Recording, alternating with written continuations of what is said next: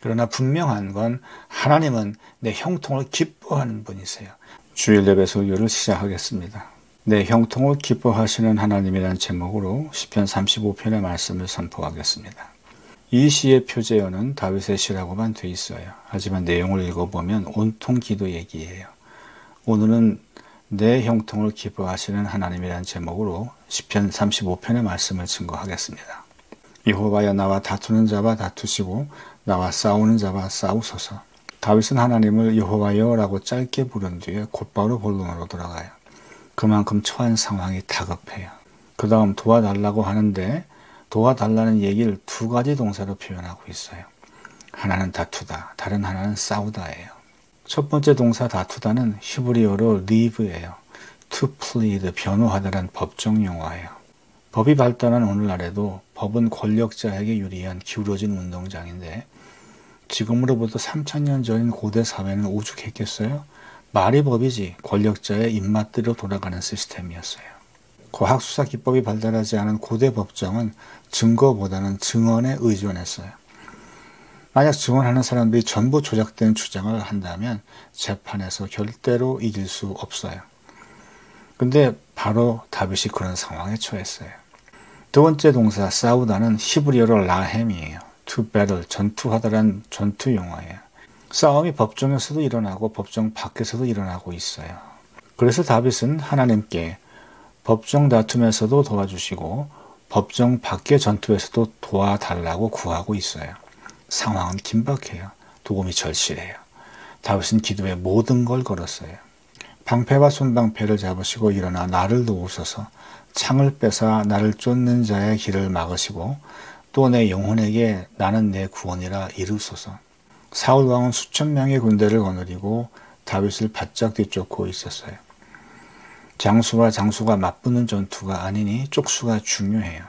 근데 다윗의 군사수는 600명, 사울의 군사수는 3000명이에요. 5대1, 이 전투는 절대적으로 불리해요. 이 상황에 다윗은 하나님께 기도하는데 마치 옆에 있는 친구에게 부탁하듯이 방패, 손방패, 창으로 도와달래요. 굉장한 친밀감이에요. 내 영혼에게 나는 내 구원이라 이루소서. 하나님 내 편 되어주세요. 이런 뜻이에요. 하나님만 내 편 되어주시면 쪽수가 딸려도 문제 안 돼요. 반드시 이겨요. 내 생명을 찾는 자들이 부끄러워 수치를 당하게 하시며 나를 상해하려 하는 자들이 물러가 낭패를 당하게 하소서. 내 생명을 찾는 자들이 부끄러워 수치를 당하게 하시며 이 일이 실제로 일어나요. 하루는 다윗이 광야에 숨어 있다는 첩보를 사울 왕이 듣게 돼요. 그래서 매일 그 지역을 수천 명의 군사를 동원해서 수색해요. 하지만 찾지 못해요. 그때 상황을 성경은 이렇게 묘사해요. 다윗이 광야의 요새에도 있었고 또 십광야 산골에도 머물렀으므로 사울이 매일 찾되 하나님이 그를 그의 손에 넘기지 아니하시니라.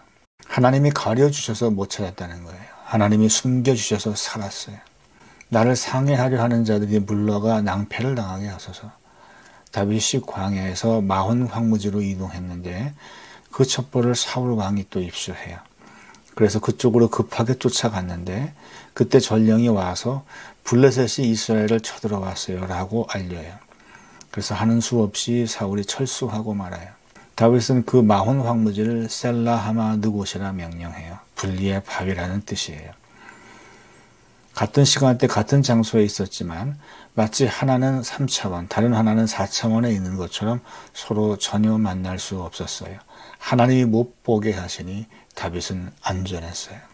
그들을 바람 앞에 겨와 같게 하시고 여호와의 천사가 그들을 몰아내게 하소서. 그들의 길은 어둡고 미끄럽게 하시며 여호와의 천사가 그들을 뒤쫓게 하소서. 그들을 바람 앞에 겨와 같게 하시고 길보아 산에서 이스라엘과 블레셋 간의 전투가 벌어져요. 그 전투에서 이스라엘 군대가 대패하고 사울 왕도 죽고 말아요. 불과 얼마 전까지 다윗을 잡아 죽이겠다고 기세등등했던 권력자가 바람에 나는 겨가 된 거예요. 여호와의 천사가 그들을 몰아내게 하소서. 다윗이 죽인 게 아니에요. 블레셋이 죽였어요. 다윗은 천사가 저들을 처리해 달라 기도했어요. 다윗이 손대지 않았으니 천사가 처리한 게 맞죠. 다윗의 기도가 실제로 이루어진 거예요. 그들이 까닭 없이 나를 잡으려고 그들의 그물을 웅덩이에 숨기며 까닭 없이 내 생명을 해하려고 함정을 팠사오니 멸망이 순식간에 그에게 닥치게 하시며 그가 숨긴 그물에 자기가 잡히게 하시며 멸망 중에 떨어지게 하소서. 다윗은 저들이 파놓은 함정에 저들이 빠지게 해달라 기도해요. 그리고 멸망이 순식간에 그들에게 닥치게 해달라 기도해요. 저들은 블레셋과의 전투에서 다 죽어요. 기도한 대로 이루어진 거죠. 내 영혼이 여호와를 즐거워하며 그의 구원을 기뻐하리로다. 9절부터 분위기가 확 바뀌어요. 단식에서 찬양으로 즐거워하미여와 기뻐하리로다의 시제가 미래예요. 아직 현실 상황은 바뀌지 않았어요. 하지만 바뀔 줄로 믿어요. 내 모든 뼈가 이르기를 여호와와 같은 이가 누구냐? 그는 가난한 자를 그보다 강한 자에게서 건지시고 가난하고 궁핍한 자를 노력하는 자에게서 건지시는 이라 하리로다. 내 모든 뼈가 이르기를, 뼈가 말하진 않죠. 그럼 내 모든 뼈가 말한다는 건 무슨 뜻일까요? 뼈는 히브리어로 에셈인데 뼈라는 뜻도 있고 에센스, 본질 또는 셀프, 자라는 뜻도 있어요. 내 모든 뼈가 말한다는 건 내 자아 깊은 곳에서부터 말하고 있다는 거예요. 지금부터 내가 하는 얘기는 흔한 감상이 아니라 본질적인 얘기다, 이런 뜻이에요. 여호와와 같은 이가 누구냐? 세상에 하나님 같은 신이 없다는 거예요. 이유가 뭐죠? 그는 가난한 자를 그보다 강한 자에게서 건지시고 가난하고 궁핍한 자를 노력하는 자에게서 건지시느니라. 세상의 신들은 권력자들의 편에 서서 가난한 자를 더 약하게 만들고 척추를 정당화해요. 그런데 하나님은 정반대예요. 하나님은 약자 편이에요. 불의한 증인들이 일어나서 내가 알지 못하는 일로 내게 질문하며 불의한 증인들이 나에 대해 거짓 증언해요. 사실 저들이 아플 때 다윗은 기도했고 금식했으며 진심으로 애정을 담아 하나님께 기도했어요. 하지만 저들은 진실된 기도에 합당하지 못하게 행동했어요. 그래서 내 기도가 내 품으로 돌아왔어요. 저들이 합당하지 않기에 한편으로 보면 내 기도가 헛된 것이 됐어요. 그러나 다른 한편에서 보면 이루지 못한 기도는 다 내게 돌아오므로 결국 나를 복되게 할 거예요. 이루어지지 않고 땅에 떨어지는 기도는 없어요. 다윗은 기도 저축을 한 셈이에요. 그럼 왜 이렇게 배은망덕한 일들이 일어나는 걸까? 성격 탓일까? 교만 때문일까? 죄 때문일까? 정확한 원인은 잘 몰라요. 그러나 한 가지 확실한 건 내가 진실된 마음으로 대했던 사람들한테 외면당하는 이유는 바로 내가 하나님의 자녀이기 때문이에요. 내가 나의 친구와 형제에게 행함같이 그들에게 행하였으며 내가 몸을 굽히고 슬퍼하기를 어머니를 곡함같이 하였도다. 그러나 내가 넘어짐에 그들이 기뻐하여 서로 모이며 불량배가 내가 알지 못하는 중에 모여서 나를 치며 찢기를 맞이 아니하도다. 그들은 연회에서 망령되이 조롱하는 자같이 나를 향하여 그들의 이를 갈도다. 다윗이 저들을 위해 기도할 때는 진실된 마음으로 애정을 담아 기도했지만 저들은 나를 갖고 놀았어요. 주여 어느 때까지 관망하시려 하나이까? 내 영혼을 저 멸망자에게서 구원하시며 내 유일한 것을 사자들에게서 건지소서.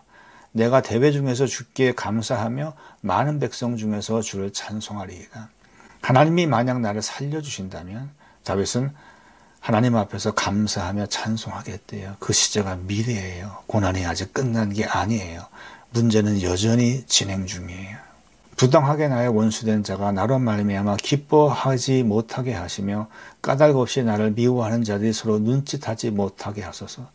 나의 재난을 기뻐하는 자들이 함께 부끄러워 낭패를 당하게 하시며 나를 향하여 스스로 뽐내는 자들이 수치와 욕을 당하게 하소서. 하나님이 정의로운 판결을 내려주셔야 해요. 왜? 내가 이기는 게 하나님이 살아계시다는 증거이기 때문에 그래요. 나의 의를 즐거워하는 자들이 기꺼이 노래 부르고 즐거워하게 하시며 그의 종의 평안함을 기뻐하시는 여호와는 위대하시다 하는 말을 그들이 항상 말하게 하소서. 나의 혀가 주의 의를 말하며 종일토록 주를 찬송하리이다. 나의 의란 무죄 판결을 뜻해요. 내가 무죄면 저들은 유죄예요. 난 살고 저들은 죽어요. 나의 의를 즐거워하는 자들이 그랬어요. 나한테는 원수만 있는 게 아니에요. 친구도 있어요. 다윗은 자기 친구들이 함께 항상 즐거운 찬양을 부를 수 있게 해달래요. 그럼 그 내용이 뭐냐? 그의 종의 평안함을 기뻐하시는 여호와는 위대하시다라는 내용이에요. 평안함은 물론 샬롬인데요. RSV는 prosperity, 형통이라고 번역을 했어요. 직역하면 내 형통 속에서 하나님은 기쁨을 취하신다라는 뜻인데 내가 잘 돼야 하나님도 기쁘시다라는 뜻이에요. 그들이 항상 말하게 하소서 그랬어요. 내 친구들이 항상 기쁨의 찬양을 부르게 해주세요. 이런 뜻이에요.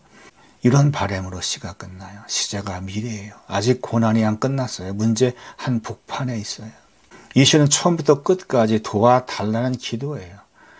동사의 시제가 대부분 미래예요. 아직 고통 가운데 있고 문제는 해결되지 않았어요.